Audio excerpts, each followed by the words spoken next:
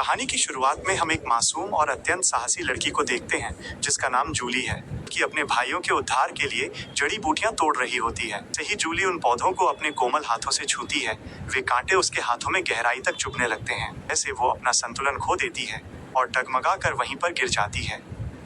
अब उन जड़ी बूटियों को न उखाड़ पाने की लाचारी और अपने भाइयों की दुर्दशा को याद करके वो बहुत दुखी हो जाती है। ये देखकर वहां पर वे 7 भाई, जो एक पुराने और भयानक श्राप मिलने की वजह से कौवे बन चुके थे, वे फड़फड़ाते हुए उसके पास आते हैं। अपनी बहन को इस हाल में देखकर वे बहुत बेचैन हो जाते हैं। ये जोर जोर से काव काव की आवाज निकालने लगते हैं। उनकी आवाज को सुनकर जूली समझ जाती है कि वो इस निर्जन जंगल में अकेली नहीं है, बल्कि उसके 7 भाई कौवे के रूप में हर पल उसके साथ हैं। वो अपने आंसू पोंछती है और फिर से पूरी शक्ति जुटाकर उन जड़ी बूटियों के पौधों को उखाड़ने लगती है। उखाड़ते समय वो अपने हाथों की ओर देखती है।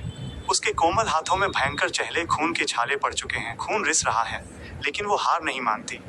वो एक एक करके सारी जड़ी बूटियों के पौधों को उखाड़ कर इकट्ठा कर लेती है। जब रात हो जाती है तो वो एक पुरानी और खंडहर गुफा की तलाश करती है और वहां बने एक घोंसले में जाकर सो जाती है। अगले दिन सुबह होते ही वो फिर से अपने उसी कठिन काम में जुट जाती है। जूली को जब भी बहुत तेज भूख लगती थी तो वो पेट भरने के लिए जंगल में उगे हुए मशरूम या फिर जंगली फूल खाकर ही अपना गुजारा कर लिया करती थी। वे 7 कौवे अब धीरे धीरे जूली से बहुत ज्यादा घुल मिल गए थे और साई की तरह हर वक्त उसके पास ही रहने लगे थे। वहीं दूसरी तरफ कहानी में एक नया मोड़ आता है। राज्य के 2 घुड़सवार अपना खेत देखने आए होते हैं। तभी दूसरा अहंकारी आदमी अपनी बंदूक निकालता है और कौतुक में हवा में फायर कर देता है। गोलियों की उस गूंज को सुनकर खेत की घनी फसलों में छिपा हुआ एक जंगली सूअर बुरी तरह डर जाता है। वो सूअर अपनी जान बचाने के लिए भागता है और सीधा वहां पहुंच जाता है जहां जूली खेत में छिपी हुई थी। जूली उस विशाल सूअर को अपनी ओर आता देख बहुत ज्यादा घबरा जाती है।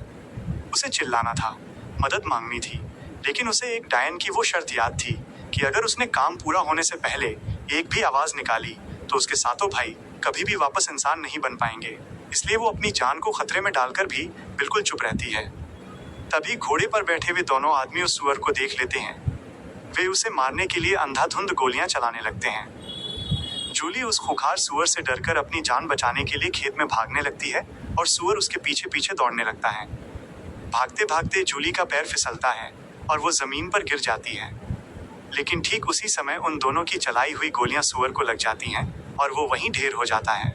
इस प्रकार किस्मत से जूली की जान बच जाती है। सूअर के मरने के बाद राजकुमार अपने सैनिक को खेत के भीतर भेजता है ताकि वो पक्का कर सके कि सूअर मर गया है या नहीं। जूली जब उन सैनिकों को अपनी ओर आते देखती है तो वो डर के मारे खेत में और तेजी से भागने लगती है।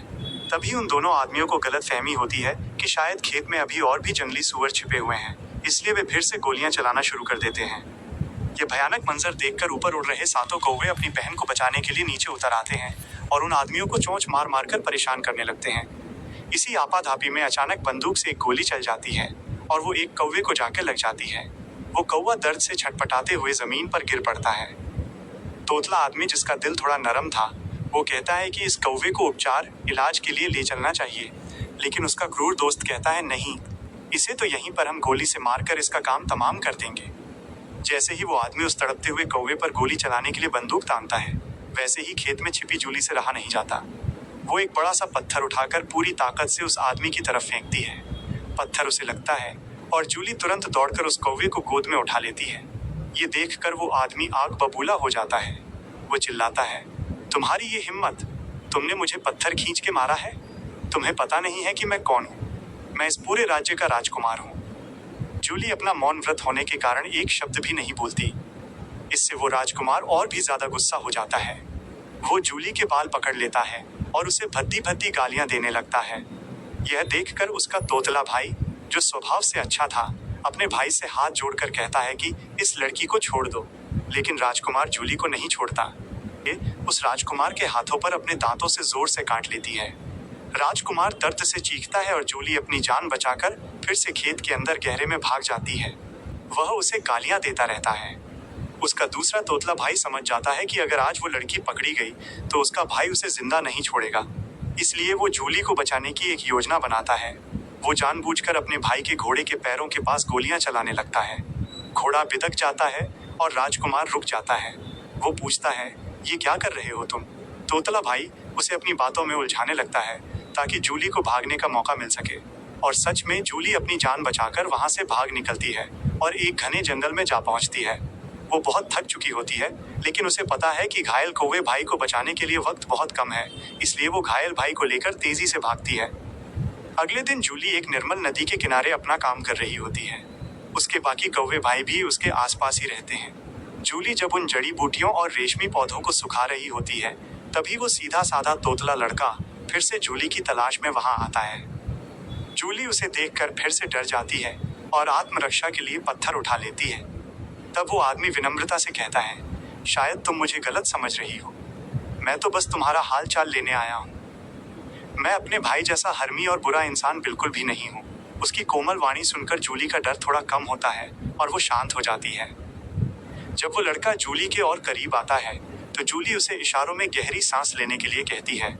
हैरानी की बात ये होती है कि जैसे ही वो आदमी गहरी सांस लेता है, उसका हकलाना बिल्कुल बंद हो जाता है और वो साफ बोलने लगता है।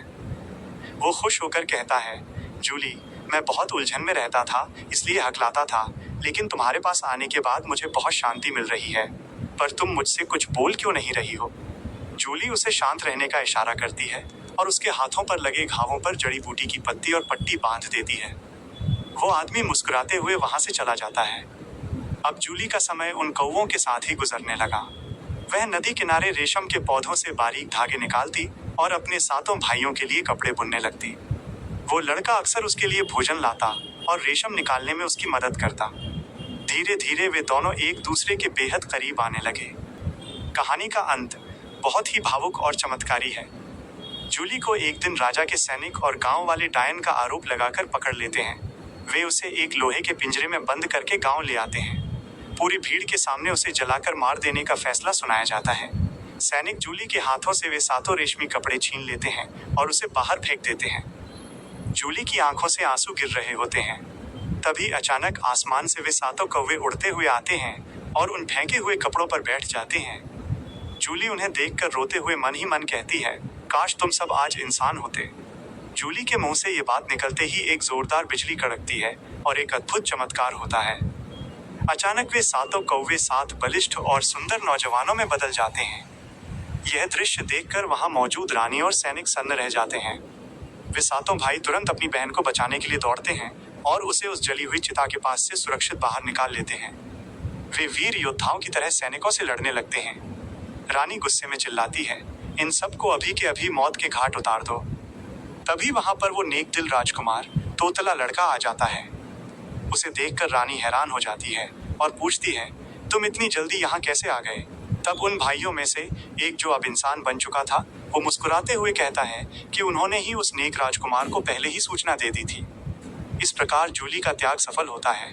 भाई वापस इंसान बन जाते हैं और बुराई का अंत होता है।